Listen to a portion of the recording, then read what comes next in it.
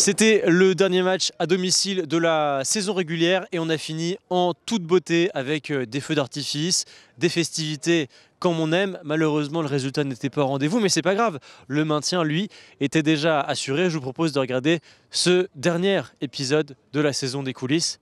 C'est parti, amusez-vous.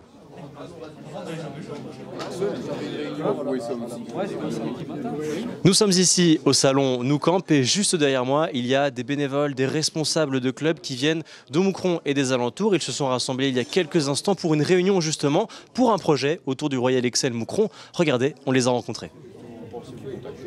Mais on a été invité par le club par rapport à un projet de collaboration du club de l'Excel avec les clubs des environs. Et qu'est-ce que vous pensez justement de cette proposition de s'allier ? C'est une bonne proposition, il y a plusieurs axes de collaboration. Je veux dire, il y a les jeunes et aussi l'équipe première. Donc il faudra voir un peu l'axe qui va nous intéresser par rapport à ça. Ce sera peut-être les deux ou en un, je n'en sais rien. On va proposer ça aux entraîneurs et au comité. Et comment ça peut se concrétiser ça ?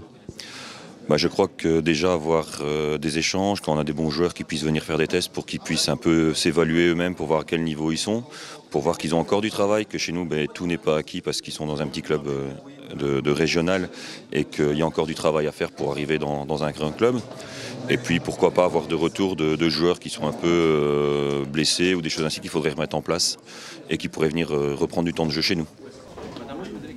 C'est-à-dire que dès le début de ma présidence, j'avais annoncé qu'on ne voulait pas relancer le club de Moucron, mais aussi le club de Moucron dans l'ensemble de la région, à savoir tous les petits clubs satellites qui sont autour de nous. Et donc on a voulu inviter aujourd'hui tous les clubs de la région, et ils étaient assez nombreux, pour leur expliquer qu'on essayait de trouver des partenariats avec des joueurs de chez eux qui sont prometteurs qu'on pourrait intégrer chez nous, mais aussi dans l'autre sens, des gens peut-être qui ne savent plus suivre au niveau de l'Excelsior et qui pourraient rejoindre un des clubs satellites pour qu'on crée toute une dynamique au niveau de la région.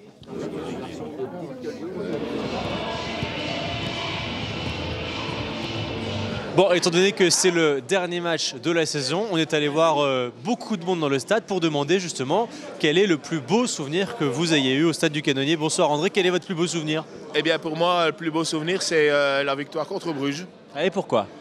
Parce que on ne s'attendait absolument pas à gagner contre Bruges.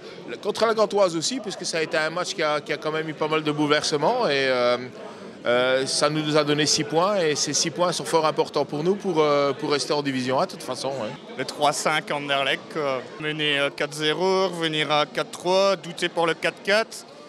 Si ça le fait le 4-4, je crois qu'ils reviennent avec 1 point. Dis-moi quel est ton meilleur souvenir cette saison ? Le but de Govea ici qui se trouvait entre le milieu de terrain et la surface. Et j'ai bien aimé parce que tout le COP s'est mis à chanter et j'étais content quoi. Meilleur souvenir cette année, c'est d'être sauvé. Ton match préféré cette saison ? Anderlecht. Moucron Anderlecht. Pourquoi ? Parce qu'ils ont quand même marqué 4 buts. Quand ils ont gagné. Donc toutes les victoires ? Oui. Et les défaites ? Non. Quel est le meilleur souvenir de la saison ? Ou la meilleure vente ? C'est surtout une meilleure vente. Il y a 15 jours là, ou 3 semaines quand ils ont invité tous les jeunes, Futuro, les jeunes des écoles. Et là, ce jour-là, on a vraiment super bien travaillé, une bonne ambiance générale. Le meilleur souvenir, c'était la victoire contre Bruges, début de saison. Et puis le début de saison qu'on a fait en général. On a fait un super début de saison. Je crois que c'est notre victoire contre Bruges. Ouais, pourquoi ? Parce que c'était une première grande victoire contre un grand club et ils n'avaient pas encore perdu depuis le début de la saison, donc c'était pas mal.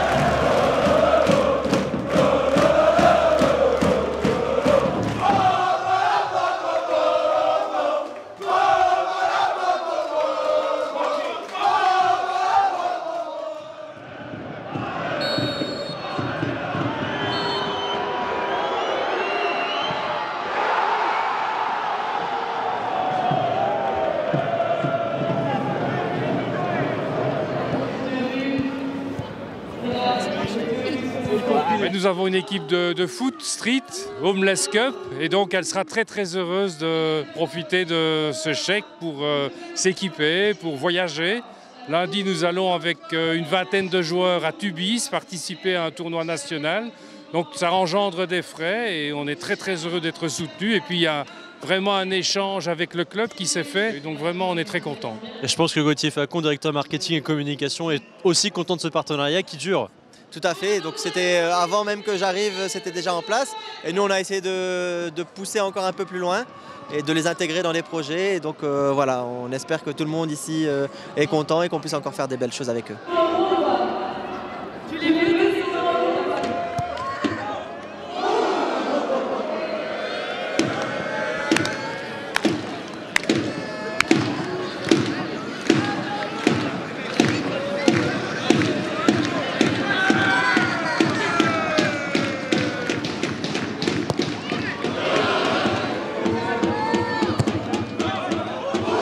C'est pas passé très loin, on va rejoindre tout de suite James et Loïc pour l'Excel Cam pour la fin de cette mi-temps. C'est parti. Le joueur coup de cœur de l'équipe, Benjamin Van Durmen. Super joueur, très bon dans tous les domaines. Moi c'est Logan Bailly pour son petit côté. Voilà. On va boire un verre avec Benjamin, je pense. Bon, on va se boire un bon verre dans Moucron. Bah moi, comme on a pu le voir au jeu de la latte, plutôt buteur, mais pas beaucoup de chance aujourd'hui. Bah moi, plutôt défenseur, hein, on l'a vu aujourd'hui. Hein. Et pour sa main. Et pour sa main, une. Théodore Chic, un merveilleux attaquant anderlechtois, il va signer ici. Ah moi pour mon petit côté rouge, Orlando Ça, le regretté qui est parti en Chine. Est-ce que vous connaissez la blague du pouce? Elle est comme ça. Tu sais comment une blonde fait-elle de la purée? Bah elle épluche les croquettes. Hein.